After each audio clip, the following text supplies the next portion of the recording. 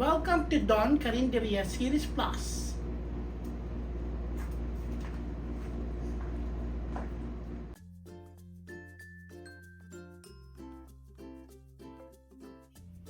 For today's video, we're gonna make some cinnamon rolls. So first time kong gagawin to, and let's see how it goes.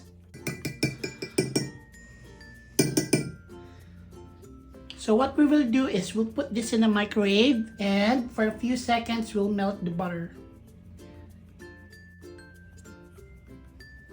So after 30 seconds, here's our butter and milk. So our milk is warm now. We'll add 1 egg into this mixture. For our dry ingredients, let's prepare 2 and 1/4 cups of all-purpose flour. This is 2 and 1/4 cups of all-purpose flour. Next, we'll add 1/4 cup sugar. Then we'll add 1 teaspoon of yeast. Then add 1/2 teaspoon of salt. So yeast, salt, huwag pagtabihin. We'll mix this. So once we have mixed our dry ingredients, we'll add our wet. So we have here our milk and butter. We'll add 1 egg.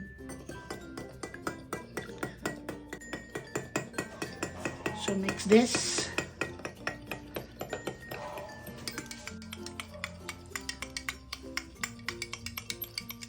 So slowly we'll add our wet until mag-mix siya into a dough ball. So after maybe about 8 minutes, nag-form na ng ball yung dough natin. So I'll give it siguro a couple more, and then we'll proof it. So what we will do is we'll proof this for an hour or 1.5. So we'll prepare our cream cheese frosting, starting with 1/4 cup of cream cheese. We would also need 1/8 cup of softened butter. We will cream this together.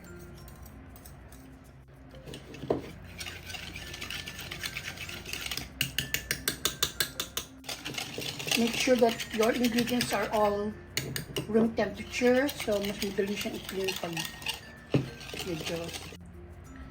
A dash of salt lang.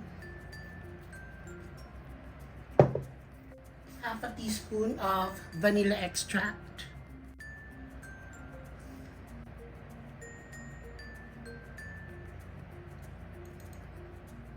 You need to add 3/4 cup of powdered sugar.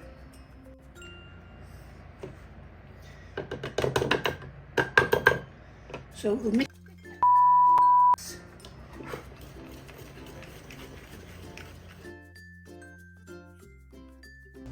Cut.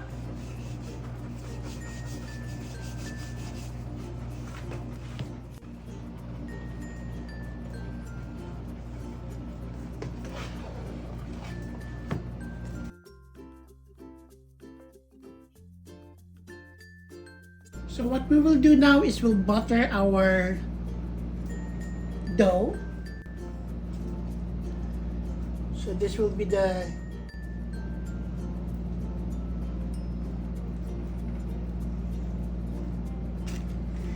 and then we'll have 1/2 cup of brown sugar.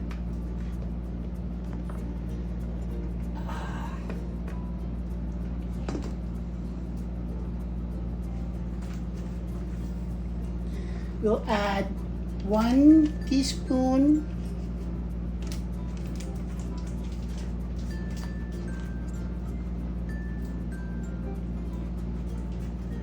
and 1/4 teaspoon of cinnamon.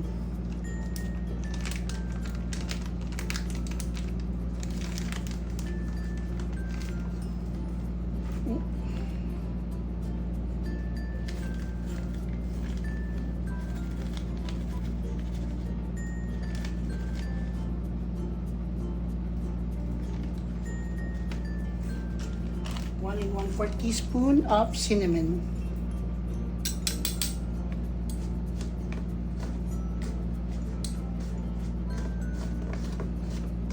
So we'll mix this together.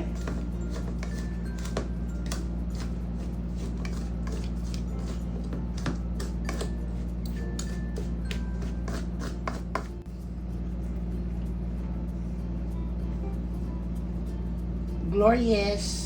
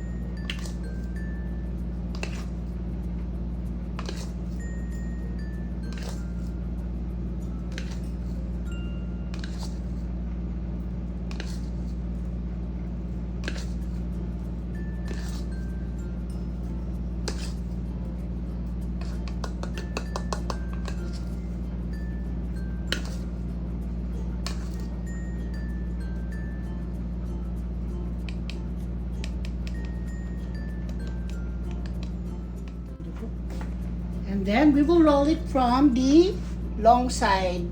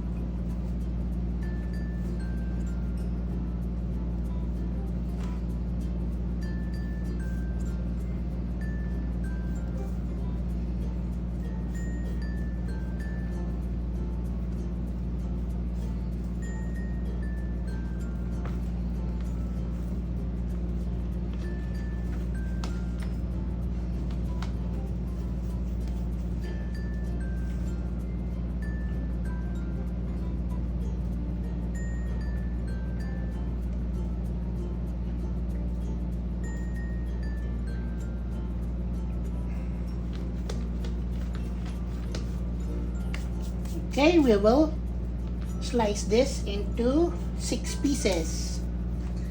Sana kayanin ko.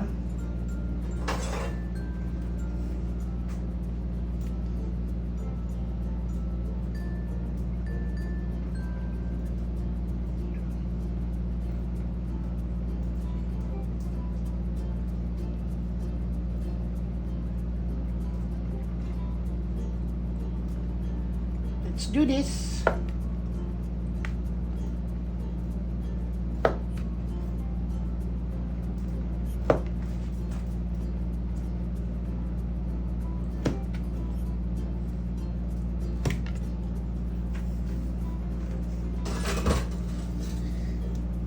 Okay. And then what we'll do next is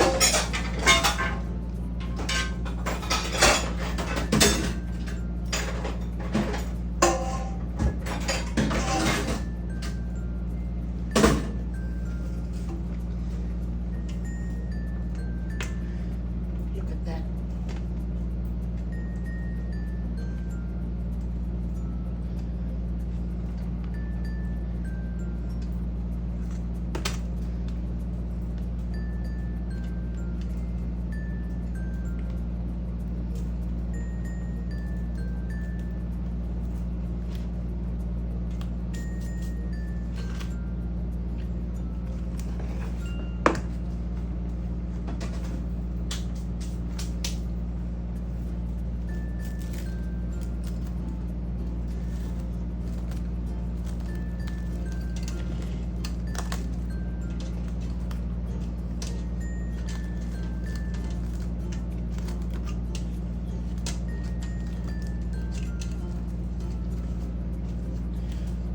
So we'll proof this for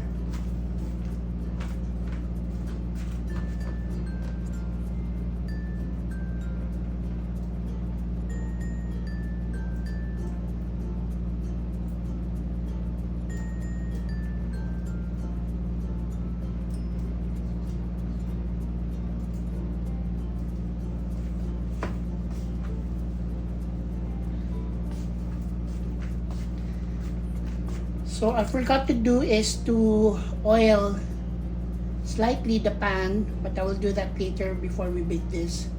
But we'll proof it for 60 minutes.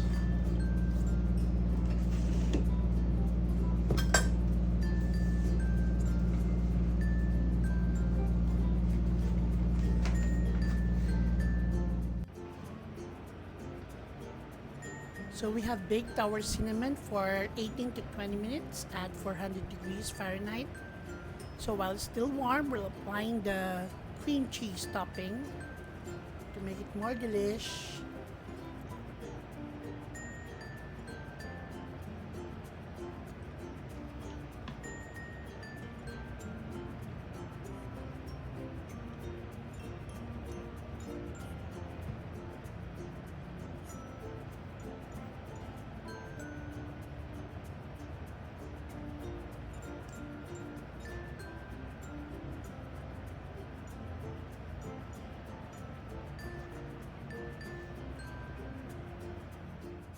This is your perfectly splendid cinnamon rolls a la Cinnabon. Thank you guys for watching, and we'll see you next week.